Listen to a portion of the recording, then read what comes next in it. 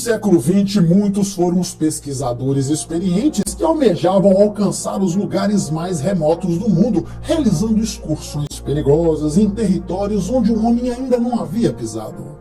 Ao mesmo tempo que o gelado continente da Antártida era alvo de pesquisas, um corajoso explorador realizou um feito raro e difícil: navegar pelo mundo proibido da selva amazônica. Essa missão ficou a cargo do então desconhecido coronel Percival Harrison Fawcett, arqueólogo e explorador britânico que portava uma resistência física extraordinária, além de uma grande personalidade. Fawcett estava convencido de que nenhum perigo poderia pará-lo, uma vez que sabia que desvendar esse mistério era seu destino, por isso tinha a proteção dos deuses. Entre os anos de 1906 e 1925, conseguiu mapear muitos quilômetros quadrados da selva, chegando a regiões tão inexploradas da Amazônia que nem mesmo os governos brasileiros, da Bolívia ou do Peru conseguiram, uma vez que naquele ponto eram apenas meras linhas que cruzavam as selvas e montanhas. Para ele, dentro da selva amazônica brasileira havia resquícios de uma civilização muito antiga e sofisticada, uma cidade evoluída capaz de mudar a história do planeta. A ela, ele chamou de Cidade de Z. O coronel teve acesso a um manuscrito escrito em 1753 pelo explorador João da Silva Guimarães, que descobriu algo fascinante em uma de suas explorações na selva amazônica. As 12 páginas do documento descreviam em detalhes uma cidade desabitada, com uma arquitetura monumental com blocos de pedra semelhantes a Sacha-Caiuã no Peru, porém com estilo e inscrições parecidas com as da Grécia Antiga.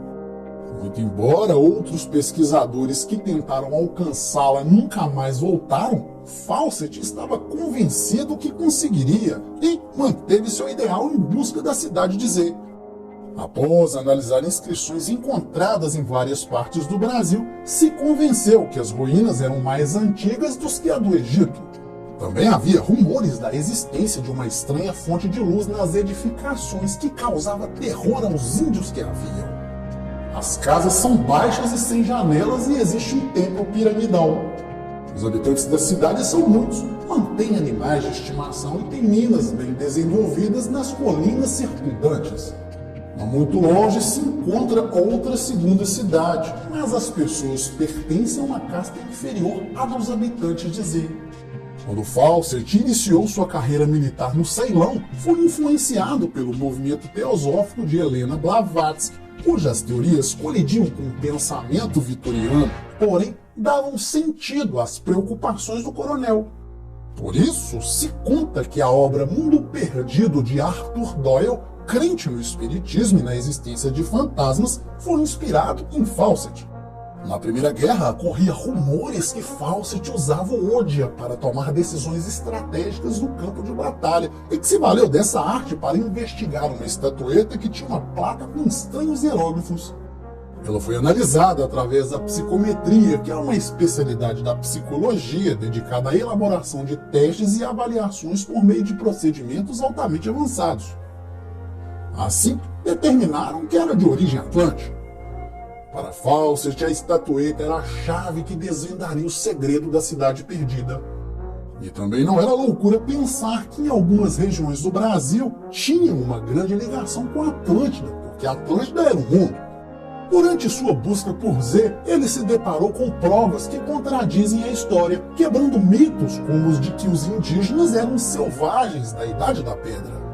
O coronel descobriu que algumas tribos, de fato, eram especialistas em farmacologia, tinham um grande conhecimento do meio ambiente para atender às suas necessidades. Muito embora se considerasse impossível sobreviver na selva, esses povos se adaptaram de uma forma muito inteligente. Dá a impressão de que toda desordem tem sua cura natural correspondente aqui, mas claro que a profissão médica não encoraja seu uso. Segundo o testemunho do coronel, 3 eram os tipos de povos indígenas na selva. Os primeiros são dóceis e pusilânimes, os segundos canibais e perigosos, e os terceiros um povo robusto de pele clara que devem ter uma origem civilizada.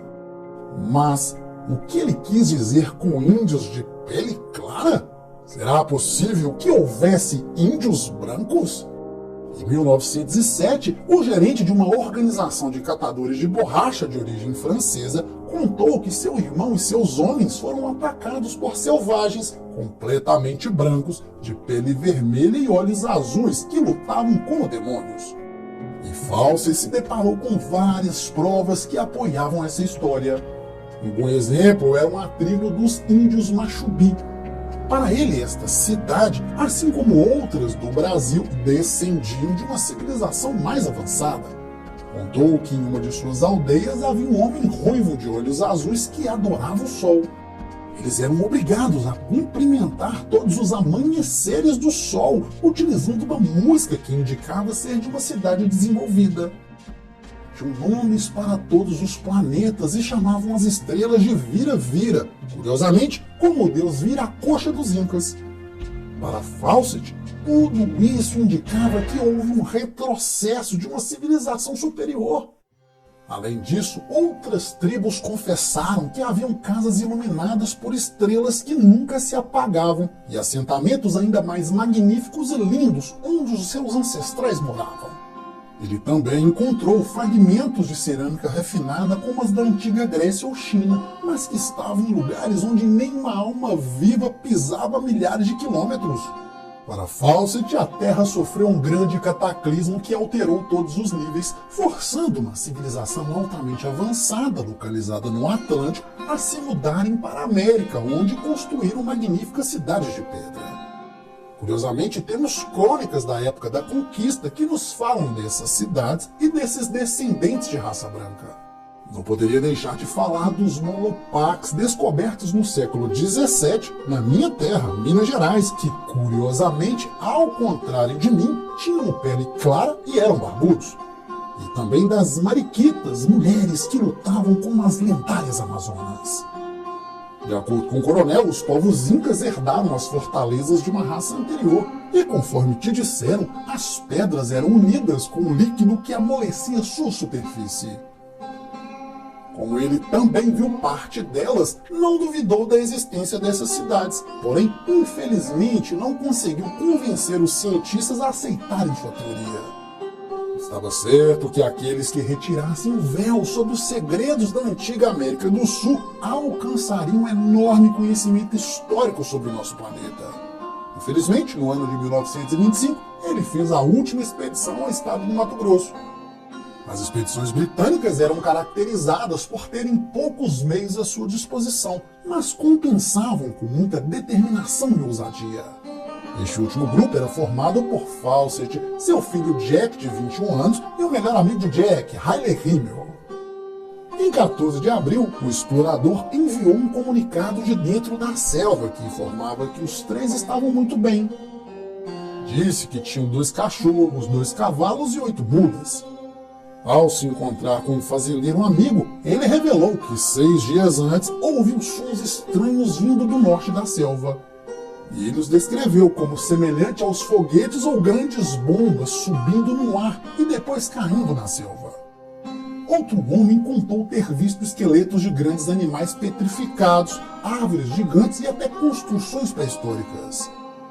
No entanto, Fawcett queria ver a famosa torre com luzes nas portas e janelas que os índios tanto temiam.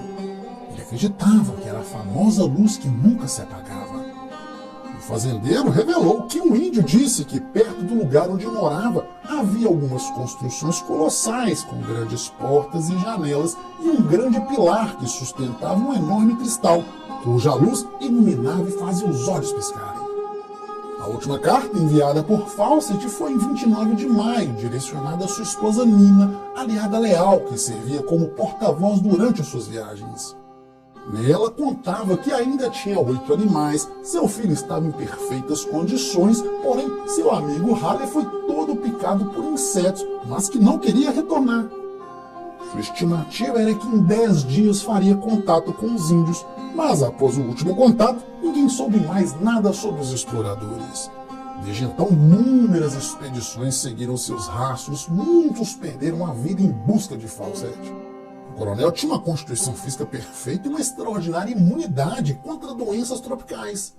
Era vegetariano e estava certo que esta dieta aumentava sua resistência física.